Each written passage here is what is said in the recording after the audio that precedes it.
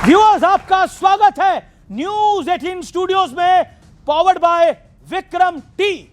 सियासत में मौके तो बहुत मिलते हैं, लेकिन कामयाबी उसे मिलती है जो सियासी मौकों पर चौका लगाने का हुनर जानता हो। सवाल है कि क्या विपक्ष ने संसद में ऐसा हुनर दिखाया, क्योंकि संसद में कहीं हर बात जन जन तक पहुंचती है, लेकिन सोमवार से लेकर बुधवार तक विपक्षी नेताओं को ऐसे कई मौके मिले, लेकिन अंतिम नतीजा यह रहा कि विपक्ष ने हर मौका क्या गवा दिया। राहुल गांधी की अगुवाई में पूरा विपक्ष सिर्फ एक किताब के मुद्दे पे अटक गया या फिर गद्दार के मुद्दे पे उलझ गया, और किताब भी ऐसी जो भारत में मौजूद नहीं है, यानी प्रकाशित नहीं हुई है। लेकिन जब किताब का मुद्दा आया तो बीजेपी सांसद निशिकांत दुबे ने भी कई किताबों का जखीरा लगा दिया और वो मैदान में उतरे और इतिहास से लेकर वर्तमान तक कांग्रेस पर ताबड़तोड़ प्रहार कर दिया। इसके बाद बारी थी देश के प्रधानमंत्री नरेंद्र मोदी की। तो राज्यसभा में प्रधानमंत्री मोदी ने विपक्ष पर जमकर प्रहार किया। क्या कांग्रेस, क्या ममता बनर्जी और क्या आम आदमी पार्टी? प्रधानमंत्री मोदी ने विपक्ष की हर कमजोर कड़ी पर प्रहार करने का प्रयास किया, लेकिन बड़ा प्रश्न यह है कि क्या सिर्फ हंगामे पर फोकस करके एक बड़ा सियासी मौका गवा दिया गया है? आज इसी सवाल पर जनता के बीच होगी देश की सबसे बड़ी पॉलिटिकल बहस, क्योंकि प्रधानमंत्री नरेंद्र मोदी ने गांधी सरनेम को लेकर भी कुछ सवाल खड़े कर दिए हैं और मल्लिकार्जुन खड़गे ने इसका तीखा प्रतिकार किया है और तीखा जवाब दिया है। तो सियासत में वाकई आर पार हो रहा है। हाथ मिलाओ। अरे वाह राहुल जी, हाथ मिलाता है मेरी जुत्ती।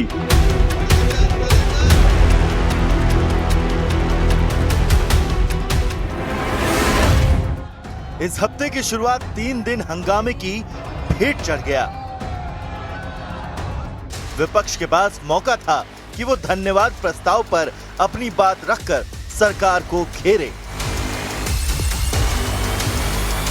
लेकिन राहुल गांधी चीन और एक कथित किताब के मुद्दे पर अड़े रहे। इसके बाद बारी आई प्रधानमंत्री नरेंद्र मोदी की।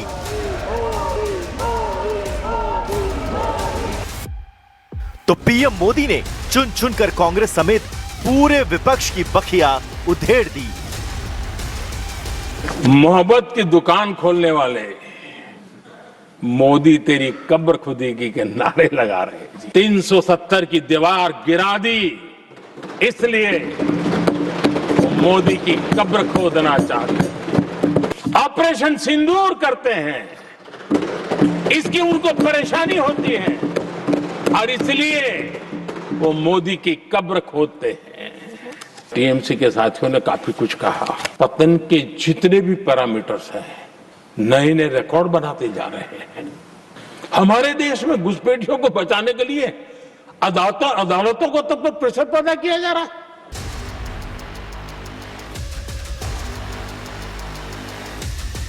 जिनकी पूरी सरकार शराब में डूब गई, जिनके शीश महल घर घर में नफरत का कारण बन गए और शायद उनको ब्लैक शब्द ज्यादा पसंद है।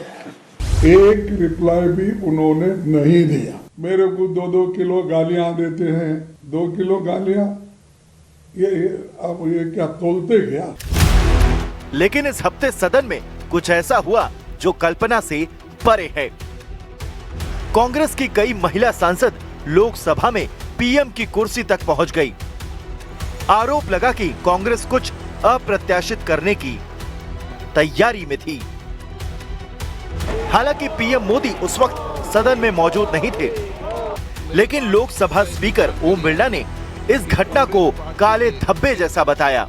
माननीय प्रधानमंत्री जी, मेरे पास पुख्ता ऐसी जानकारी आई कि कांग्रेस पार्टी के कई सदस्य माननीय प्रधानमंत्री जी के आसन पर पहुंचकर कोई भी अप्रत्याशित घटना कर सकते थे। अगर ये घटना हो जाती तो ये अत्यंत अप्रिय देश के लोकतांत्रिक परंपराओं को तार तार कर देता। इस हफ्ते संसद में एक और घटना हुई जिसने संसदीय मर्यादा का स्तर गिराया। जंग जीत के आए। The thing is, here is a traitor walking right by. Take a look at your face. Look what it looks like. Hello, brother. My traitor friend. Surrender. Don't worry, you'll come back. Surrender. सवाल है कि क्या गद्दार जैसी नफरत वाली सियासत के बीच विपक्ष ने एक बड़ा सियासी मौका गवा दिया, और क्या पीएम मोदी ने विपक्ष पर चौतरफा वार करके सियासत की नई लाइन लेंथ तैयार कर दी? आज इसी पर जनता के बीच होगी देश की सबसे बड़ी बहस।